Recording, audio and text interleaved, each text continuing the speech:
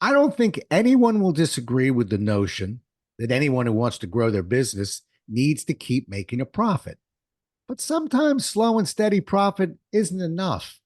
With more profit comes more risk. But let's have ourselves a pocket sized pep talk because an eye on steady growth and steady profits ensures the business will thrive. And today's guest says there are simple steps to execute that anyone can follow. Let's see if he's right. A Pocket Sized Pep Talk, the podcast that can help energize your business and your life with a quick, inspiring message. Now, here's your host, Rob Jollis. Today's guest, Manny Felix, is a consultant, speaker, and author who helps business owners maximize profits and overcome growth challenges. An expert in strategic planning, financial statement analysis, operations, and organizational development, and team building, he's been achieving extraordinary outcomes for his clients for over 20 years. Prior to starting his consultancy, he was a vice president with Comerica Bank, and his new book is Ultimate Profit Management, Maximizing Profitability as You Grow Your Business. Happy to have you with us. Happy to have the pronunciation of that last name done. And welcome to the show, Manny. Rob, thank you for having me. Great job on the last name. Yeah, well, I can see I'm sweating bullets over here, but nice to get it out. You will be Manny for the rest of your life with me, and but here we go. Let's dive in. I normally start by asking people what inspired them to write a book, but I studied you online, and I came up with a theory, and you tell me if I'm right. So you're a banker and a business consultant, and you're working with businesses that are doing, in your words, just fine. They've got slow growth, but then the owner says, I'm seeing these big growth numbers, 20, 50, 80%. And maybe I want to, in the media, maybe I want to be a company like that. And then trouble sets in.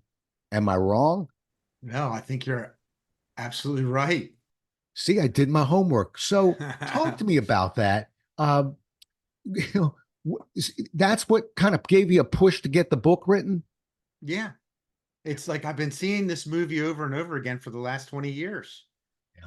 Yeah. And Manny, I've always wanted to have a podcast called A Book Finds You.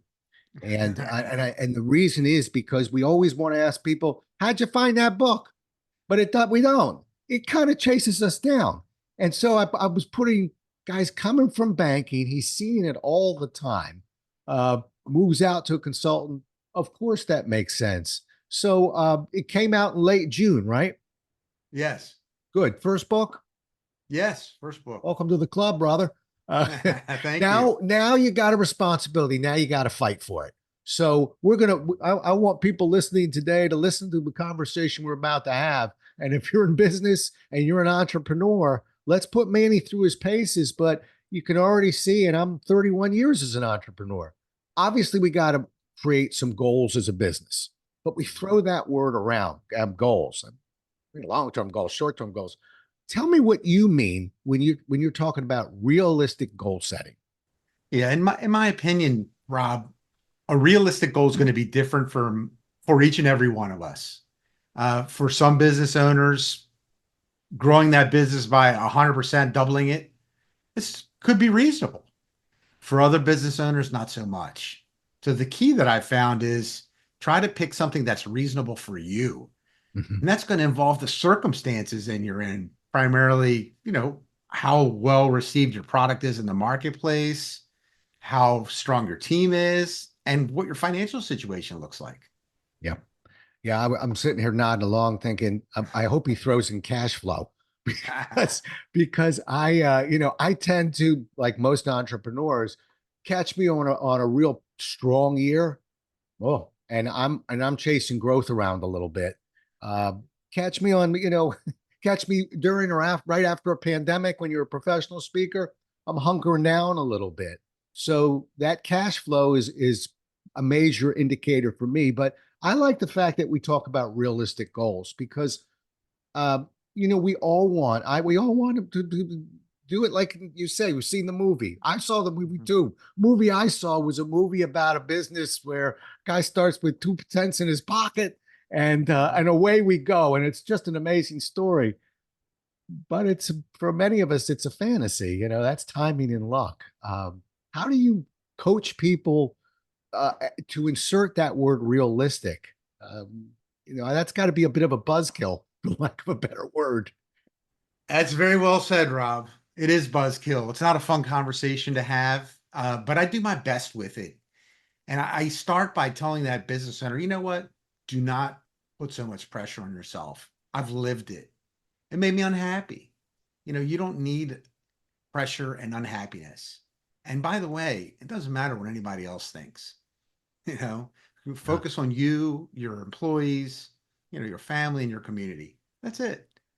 And go at your pace, go at your speed. right. Now, do you, as a consultant, do you find that your sales skills come in handy here, just in terms of, that persuasion element? That if I'm talking to a guy with no sales skills, I'm talking to somebody who's basically laying it out like an accountant. I talk to somebody with your background. I'm giving you a nudge here. I'm hoping that you realize that that means you're going to have to help me make that decision, because I may not see it coming out of the gate. Telling me about it sometimes is not enough. Do you curl up your sales fist and get going? You have to, Mm, in my opinion. We're constantly selling. yeah, We're selling every day, whether we want to acknowledge it or not. It's part of life. yeah, yeah. And part of that, at least for me, is asking the tougher questions, because you're the consultant, Manny, and I'm a business owner. I got blinders on. I'm pretty myopic. I'm asking myself the same questions every day. I'm paying a consultant, I hope, ask me something I'm not asking me, or more importantly, maybe ask me a second or third level question to the question to what I'm working on. So, problem solving element. You see yourself as a problem solver as well? Absolutely. Um, I think you stated it very well. You're worried slash focused on your set of stuff every day. And your consultants are taking a different view. So I'm looking over and I don't have my face pressed up against the glass, first of all. And I may not be under the same financial restrictions you are, right? Right, And which could affect your thinking. So I have a little bit of a different perspective to share, right, you know. right. And we kind of have to earn the right to share it, which is Mhm. the irony. It's funny. I just wrote a piece about, my frustration with the Wizard of Oz when I was a kid. Of this, there are these lessons, but rather than tell you about them, I'm going to send you into the woods there, get you chased down by a witch, the whole 9 yards. And at the end of the day, I could have told you, you wouldn't believe me. I'm not so sure I subscribe to that anymore. It's why I value consultants. Mhm. I'd rather not learn it the hard way, if that's okay with you. If I don't listen to you, okay, all bets are off. So let me push you a little bit more. I'm that business that you'd prefer not learn the hard way, Mhm. but I'm not seeing it. I want to be at the parties with my friends, telling them this massive growth of it. How Mhm. is there a tactic that you use? How do you talk me off that ledge a little bit, get me to see it without crushing my dream? This is excellent because you just hit at the heart of the whole situation. Okay. You know, I like to talk about America. In America, we have the opportunity to present ourselves as something we are not by the use of credit. So I can go in and lease a car for $1,500 a month. I can go in and get a adjustable rate mortgage and get a house. This country, our country, which is the greatest country in the world, but we have this ability to present a different financial situation than what we're really experiencing relative to the rest of the countries in the world. So you got to dig in there and ask that business owner, you know, did you get any more happiness, from this next vehicle? Did you Yeah. get any more happiness from that bigger house? Maybe it was, building the pool gave you more happiness. Maybe constructing the man cave in the basement. So it's that incremental happiness. And Right. I ask the tough questions, and they'll say, you know what? I'm humping this debt every month and it's not making me any happier. Help me get out of it. Help me change. Right. Right. Good. Well, and that's one of the reasons why we write the books that we write. Right? Do you deliver seminars? Do you have workshops that you put on, or are you just a book guy? No, I do. I do. Good. Good. And yeah, try to make sure they're interesting. You Good. know? That's that's the goal. We Mhm. call it butts in the seats. Uh, Right. all right. You work with larger companies, which I think is valuable, but you're taking some of those lessons to the smaller business clients. Give me an example of a lesson or two that you learned from a larger company that would fit for a smaller company. Like I said, I'm a small entrepreneur myself. What would be a lesson I could learn from a larger company? Yeah, the main lesson, Rob, is simplicity. So when I was growing up, my parents were born overseas. Everybody I dealt with was an immigrant from Greece and they owned a restaurant. And they were doing everything very simply and they were doing math in their heads. Okay. All kinds of calculations, no calculator needed. When I started working for some of these billionaire business families, I found that they were doing the same thing. I was expecting some kind of crazy complexity. And what I found was simplicity.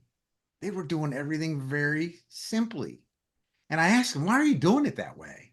And they said, when you have businesses that are all over the place, uh, geographically, you got all different kinds of cultures. They said, if you can explain what you want, your processes and procedures in 25 words or less, then you have a very high probability of getting people to buy in and achieving the outcomes that you want from them. Yeah. So that was just amazing to me. Simplicity. Oh, and it's funny, you can't over stress simplicity. I've seen as a speaker, I'm not going to use the person's name, but I traveled with an economist who was getting 60,000 an hour in his presentations to the financial industry. There's plenty of economists out there, but why was this guy? And he wasn't saying all that much that things that were all that much different. But why was his number so high? His number was high, Manny, because he figured out a way of making it simple. And Hmm. most financial advisors are desperate to try and take what's complex and make it simple. What makes a good author? Not that they've reinvented whatever that title or topic is, but they found a simpler way to communicate it. So I really don't want people to miss the message you got here. I'm not so sure there's a more important message than being able to take the complex and make it simple. Not only are you more persuasive and you'll probably help the client to make the decisions they're making, but it's just invaluable. So not lost on me the key to simplicity there. Mhm. Yeah, I got lucky on that, Rob, because that's how I grew up. Yeah, Doing things simply, and then I found the same concept of simplicity in the business world with the big companies. but it takes a couple of years under our belt. It takes some, I call it like a boxer, ring work. You know, Okay. you got to try it, that connected. You got to keep working until you go, I got it. It's almost like a poem when it's done, but it doesn't just fall from the sky. We got to go find it. You talk about um, sustainability to Mhm. grow business. What do you mean by that? I actually was looking at it. I was trying to figure out how's he connecting that. So for you to sustain it, to I guess to sustain that business, there we go. Mhm. I thought his name was difficult. Sustainability is giving me trouble today. Uh, uh, All right, but Rob. how do you do that with a business? Grow it, but keep it sustainable at the same time. Yeah, in my experience, based on um,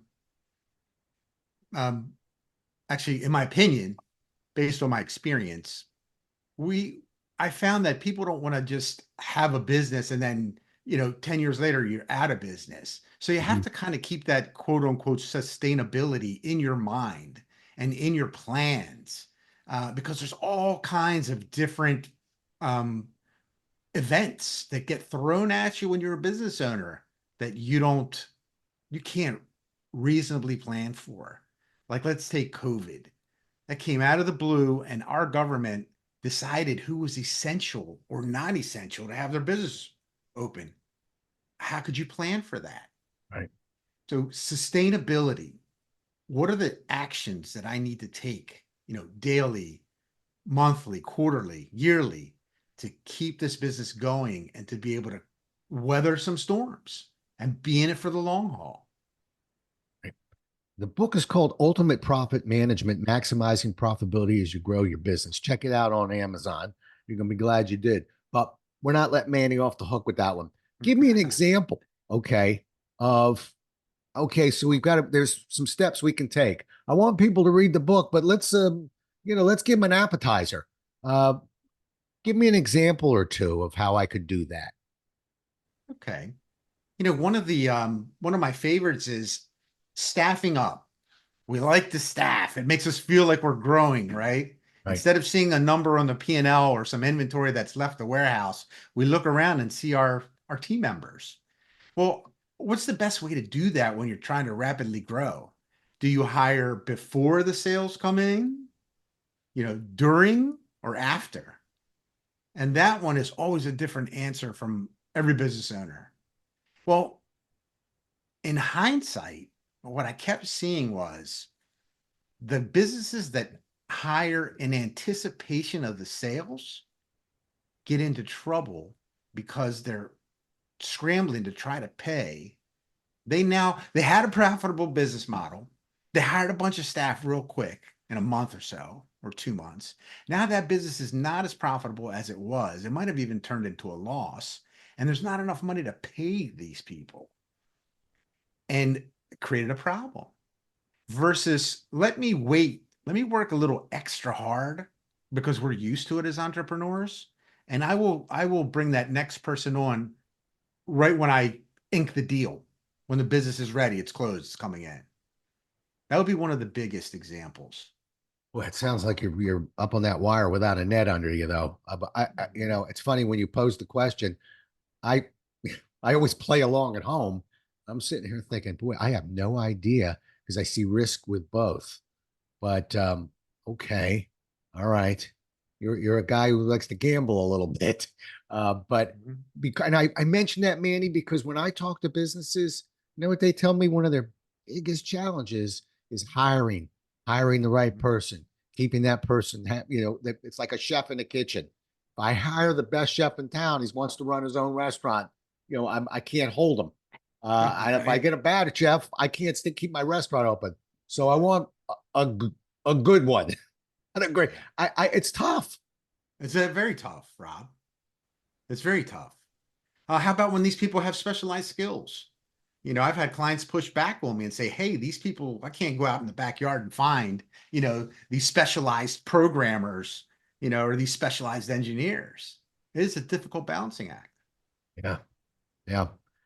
It is funny though. I'm telling you, and I don't have a Gallup poll on this, but if you ask Mhm. businesses what their top three challenges are, I can almost guarantee you one or two will almost always be hiring the right person and keeping them happy, hiring the right person. So I like your idea.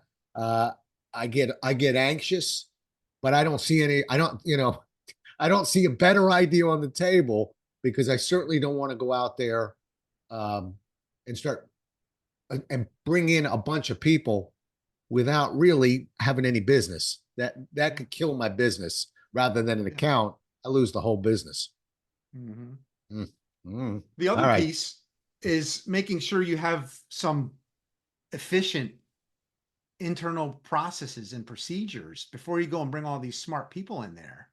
Right. Because if you don't, you're going to burn them out, right? Yeah. That chef you hired that wants his own restaurant one day, he's more apt to stick around a little longer if you've got a smooth back of the house, Yeah. right? If you're crushing him every day, he's going to be like, man, I can't wait to go get my own place because that's how I would do it differently. Yeah. You're right. You're right. Yeah. Which is, a small little detour perhaps, but it's a lesson that when you do find that diamond in the rough and you've got that superstar, Mhm. um, you're going to have to think out of the box a little bit to keep them happy. I can't tell you, Manny, how many businesses I run into where they are just so stingy with their recognition uh, Mhm. for fear that it's going to translate into I'm going to have to pay them more. I'm going to have to, it's come review time. It's going to be a problem. When in reality, what we find is actually people just, like you just said, in a sense, they just want to be recognized. They just want to, there are, and I've got one list in the office here. I can give you 30 ways to recognize somebody that has nothing to do with money. So we can keep that chef happy while we're on the chef here. And it's not always about, if I make them too happy, I got to pay them a lot. Well, if they're that important in your business, let's keep an eye on things. But there's other ways to really keep that great employee happy, and I hope companies keep an eye on that. So growing the business. I followed Manny's rule number one. I went and went and got some business, staffed up behind it. I'm good there. What's a potential common mistake I can make when I'm trying to grow?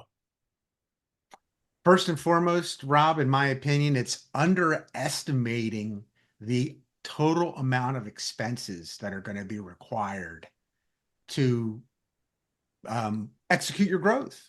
Mm. You're ticking along doing just fine, growing 5% a year, 10% a year. That's fantastic. By the way, if you could grow your top line 5% a year forever in perpetuity, you would be a Wall Street darling. No company has ever done it. So that's a useless piece of knowledge that I can't monetize. Oh, I like that piece of knowledge, but give me a time frame. We're not talking about 5 years. If no one's ever pulled that off, what kind of time frame are we looking at? If you could do it forever, theoretically speaking, forever. Ever. Just keep growing 5% every year, Yeah. So, yeah. Yeah, I hear you.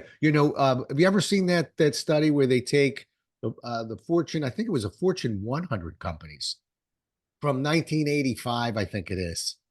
And these were the top 100 companies, not 500, 100. Where are they today? And 90 of them aren't here. They may have merged, whatever, but it's astonishing. So, your 5% rule makes sense to me because these were the Wall Street darlings. Have you ever seen studies like that? I haven't. No. Yeah. But I'll definitely want to check it out. It's very eye-opening. And there was I saw it on LinkedIn. There was somebody who did, I think it was from 1985, and actually had a video and showed a bar chart of their growth. And you watch them and their number. You watch them falling down the list, and others coming up the list and moving, and just how fast things change. It's really extraordinary. Okay. Let me add to your keep going.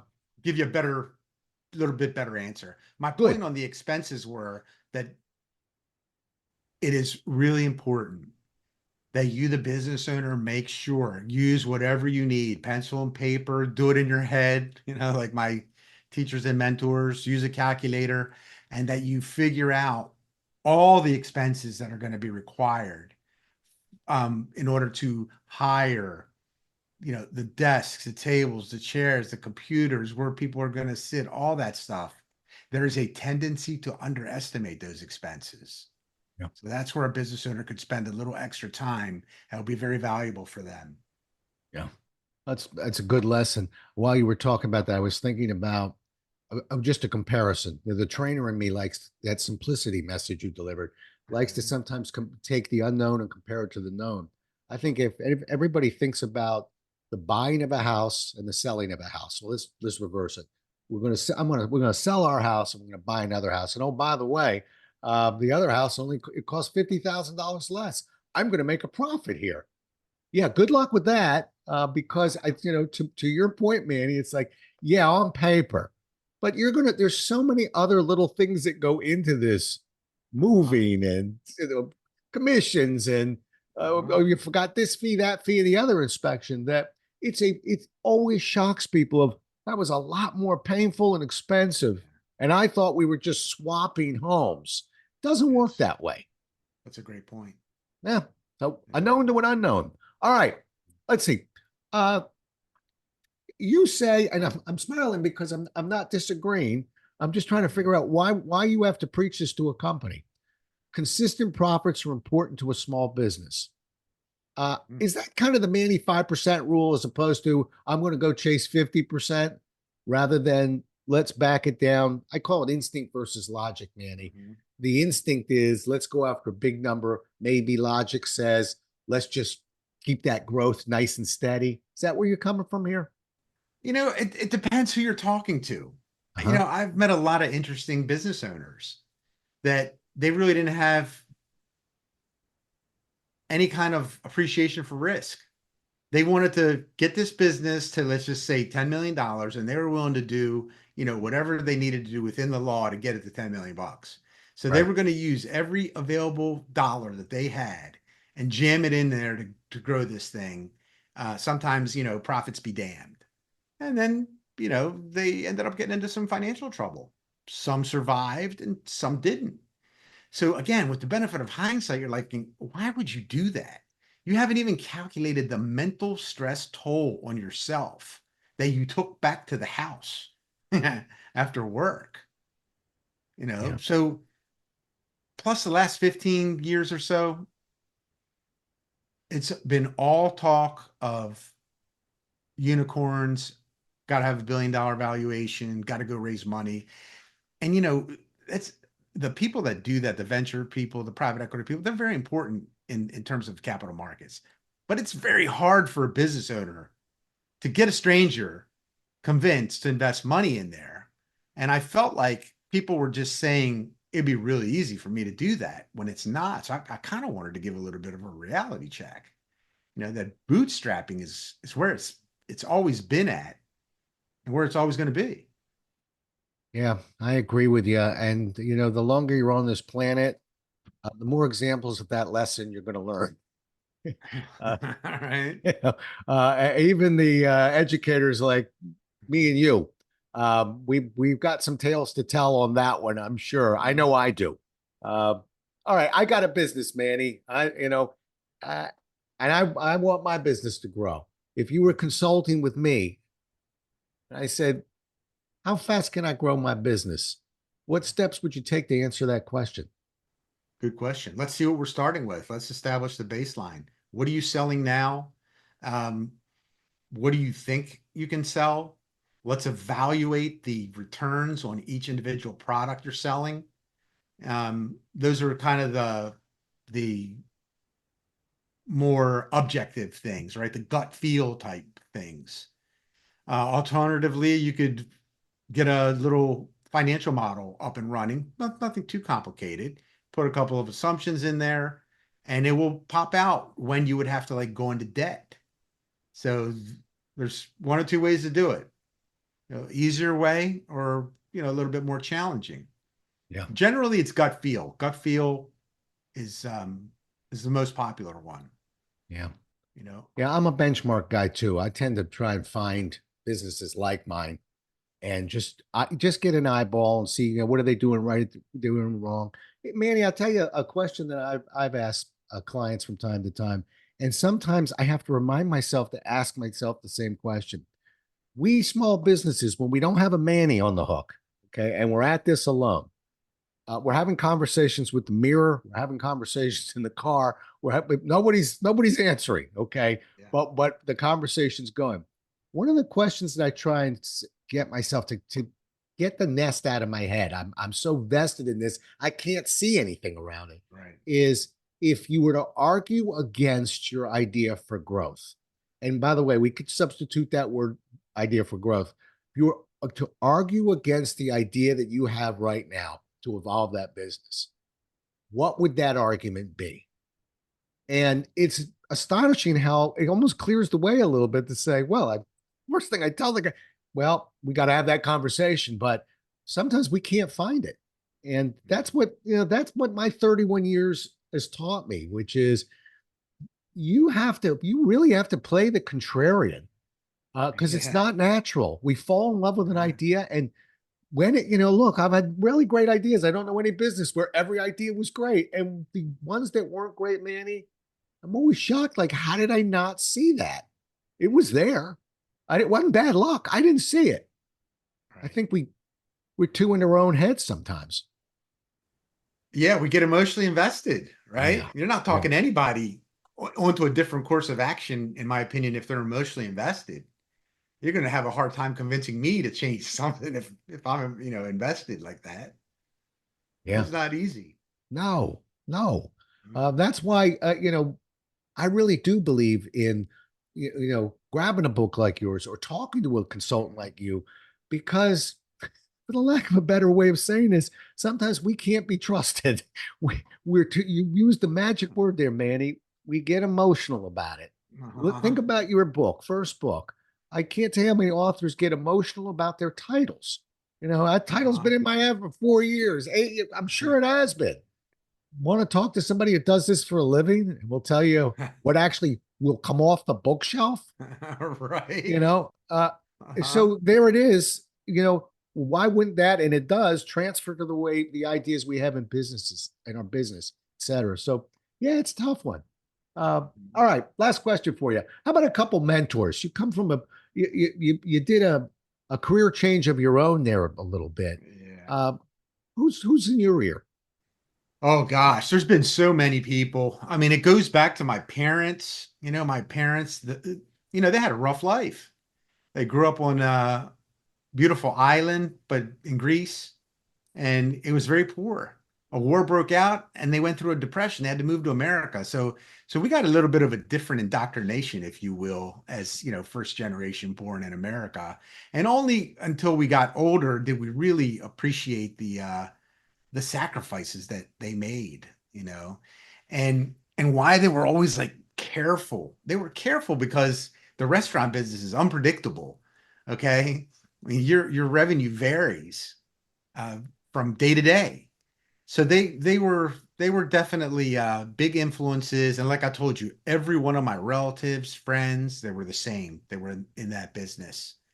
Um, so that's where it started. And then, I've had mentors in the bank. I've had, my own coaches. It's been a lot. And what worked for me is early on in my life, Rob, I said to myself, I want to learn something new every day till the day I die. You know, it makes me feel good. It makes me feel like I'm progressing. Yeah, no, you evolve. Just like a Mhm. business, we personally evolve. I can't tell you my business is the same as it was in 1993. And thank goodness, because if we don't evolve, it's not pretty.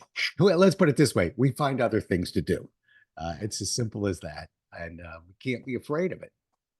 One of the reasons why I was really looking forward to having a conversation with you and just talk about this this struggle between growth and stability, and Yeah. when do we take those leaps and when we don't take the leaps. And what I like about talking to you, Manny, and about your book is I'm always searching for process behaviors. Mhm. I'm sure I'll be entertained and motivated in many books, but I want that, and I want some sort of process that I can stylize but apply to what I'm doing. And Mhm. that's what I get out of you, and I appreciate that. How do people Thank get you. a hold of you? My website, portal, portalcfo.com. Yeah, good. Yeah. Can they email you too? Because I'm looking at your email address. Be allowed to tell them? Not, Sure. not that not that you're going to get thousands, but just put Uh-huh. Manny at that Uh-huh. website name, right? Manny. Yep. There At you go. portalcfo.com. Good, good. And maybe reach out on LinkedIn. That Sure. okay? Good. Yeah, Yeah. good luck with the spelling of his name. You're gonna have to, this will be your challenge. Go to Manny's website. There you will see the spelling of his name. We'll have it up on our site, but it's only missing like two letters in the alphabet, and then he's got all 26 in there. There's a Uh-huh. lot of them, trust me. Anyway, listen, my friend, it's been good talking to you. Yeah, Appreciate likewise. it. I appreciate learning from you. I hope people listening today got a couple of ideas, and Mhm. maybe we keep that instinct in our pocket and we follow a little bit of logic here. And that's what guys like you help us do. So grateful you had an opportunity to come on. Really enjoyed meeting you. Yeah, likewise. And thanks for having me, Rob. You bet. Well, we'll do it again as well as we can next time, everybody. Until then, stay safe. Thanks so much for listening. If you enjoyed today's show, please rate and recommend it on iTunes, Outcast, or wherever you get your podcasts. You can also get more information on this show and Rob at jollis.com.